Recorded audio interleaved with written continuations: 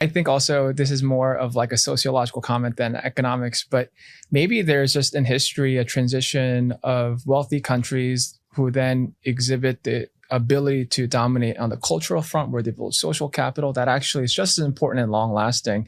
And so what you see with most of world history is rising economies are backed by some economic and military might to which they're able to then produce culture. And if you believe at human civilization, the greatest output you could have is incredible culture.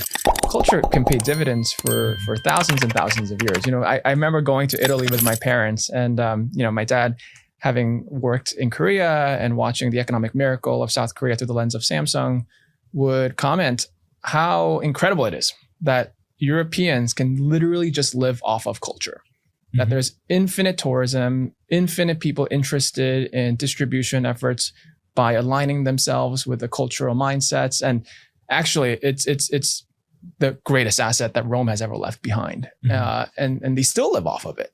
So maybe part of the trend we're seeing here is the US is a relatively new country, right? Our culture is a global export today, but it's nowhere nearly as secure. And China, above all, today does not win the culture war. There's actually no one in the world who would look at China to say their culture is exactly what I want to adopt. I like their aesthetics at my home.